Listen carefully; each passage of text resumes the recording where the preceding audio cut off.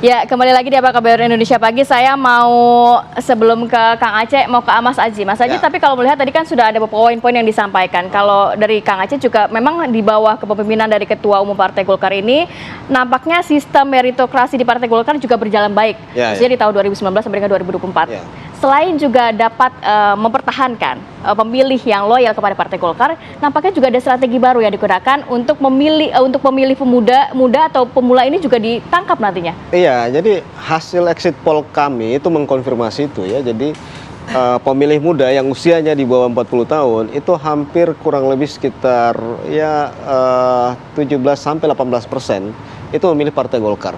Ya. Jadi kalau kita lihat mengapa kemudian Partai Golkar mampu mengambil pemilih baru, pemilih yang usianya muda tadi, karena ini sebetulnya strategi yang mungkin disiapkan sejak awal, karena Partai Golkar sadar bahwa basis pemilih partai ini rata-rata memang pemilih yang usianya lebih tua ya, sehingga memang mereka butuh strategi baru. Kalau kita lihat secara internal, memang sekarang banyak tokoh-tokoh muda yang dimunculkan di internal Partai Golkar ya. Misalnya ketua-ketua DPD ya, para panglima daerah, ini rata-rata masih muda ya. Kang Aceh di Jawa Barat ya. Ada Maman di Kalimantan Barat ya. Kemudian Pak Wagub di Sumatera Utara, ada Pak Sarmuji di Jawa Timur ya. Ada beberapa. Jadi banyak tokoh muda yang kemudian dimunculkan sebagai panglima-panglima daerah. Yang kedua adalah kita melihat strategi Partai Golkar dalam merangkul banyak caleg muda masuk ke struktur caleg baik di level pusat maupun daerah. Ini juga cukup membantu. Selain yang ketiga kita lihat adalah kemampuan melakukan kampanye yang masif terutama di medium yang memang bisa menjangkau anak muda, terutama sosial media ya. Jadi baik Facebook, Instagram maupun TikTok. Nah, ini mulai dimasuki oleh Partai Golkar, baik partainya, mesin partai maupun caleg-caleg. Jadi digital juga bermain di situ. Iya, jadi inilah 3 faktor utama yang kami lihat bahwa mengapa kemudian ada kenaikan signifikan suara Partai Golkar walaupun tadi tidak punya capres maupun cawapres, karena selain efek Jokowi ya, kemampuan Partai Golkar untuk bisa membuat strategi yang tepat di pemilu 2024 ini. Oke, sebelum ke Mas Aji lagi tadi menarik. Saya mau ke Kang Aceh. Kalau tadi kan Kang Aceh menyampaikan bahwa ini karena mesin partai macam-macam ya. Salah satu tadi soal kaderisasi, stabilitas politik, termasuk dari komunikasi dengan Pak Presiden Joko Widodo. Tapi kan begini, Kang Aceh, kalau kita melihat pemilu 2024 ini kan serentak ya. Pileg iya, pilpres juga iya. Otomatis kan psikologis partai politik kan pasti konsentrasinya terbelah gitu. Nah, ini bagaimana kemudian sosok yang juga didukung oleh Partai Golkar, Pak Prabowo dan juga Mas Gibran ini unggul, sementara di Pileg Golkar juga nomor 2.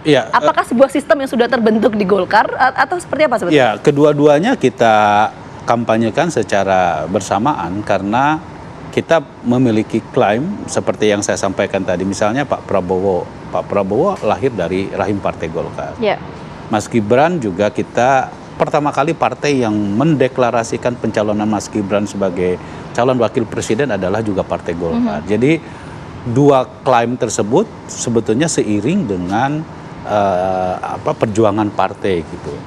Nah, tapi saya ingin menambahkan juga dari apa yang disampaikan oleh Mas Aji, bahwa di dalam strategi yang dilakukan oleh Partai Golkar, kita kan juga mendorong yang disebut dengan under 40 ya. Banyak tadi disebutkan beberapa kader-kader muda kita yang menjadi kepala daerah maupun yang menjadi anggota legislatif yang kita terus dorong sedemikian rupa agar mereka memiliki kemampuan untuk selalu tampil dengan warna mereka sendiri, dengan cara pandang mereka sendiri. Dan angka 17% itu cukup besar juga ya? Menurut saya cukup besar. Dan tentu saya kebetulan dipercaya oleh Ketua Umum Partai Golkar, Pak Erlangga, untuk menjadi Ketua Golkar Institute ya.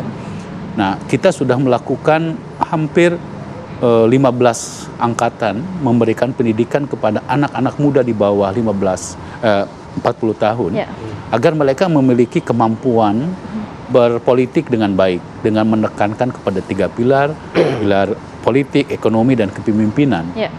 Nah, hal tersebut tentu menjadi satu perbincangan di kalangan anak muda bahwa proses kaderisasi di tubuh Partai Golkar, dan memang Golkar kita didesain menggunakan mungkin istilah dari, kebetulan saya orang NU, jadi kita menyebutnya al-muhafadzatu ala qadimis sholih, jadi memelihara yang lama tetapi wal ahdu bil jadidil aslah. Jadi kita merekrut anak-anak muda generasi milenial yang bisa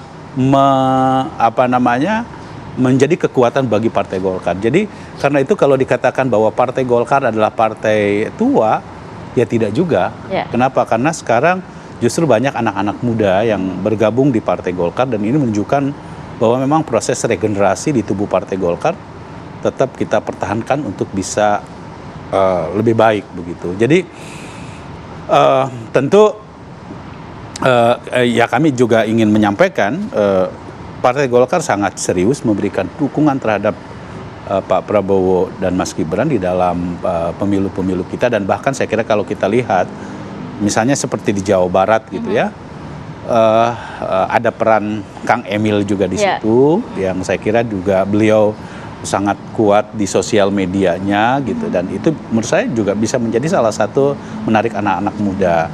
Di Jawa Timur juga Pak Haji kita punya selain Mas Armuji ada Pak Dekarwo gitu ya, yang sengaja kita rekrut dan memiliki peran yang cukup penting dalam konteks pemenangan Partai Golkar. Jadi dari berbagai macam spektrum dengan mencoba mempertahankan pemilih tradisionalnya ditambah dengan kekuatan-kekuatan baru dari generasi milenial, itu menjadi salah satu hal yang sangat penting, dan itu bisa misalnya tercermin juga dari komposisi caleg Partai Golkar.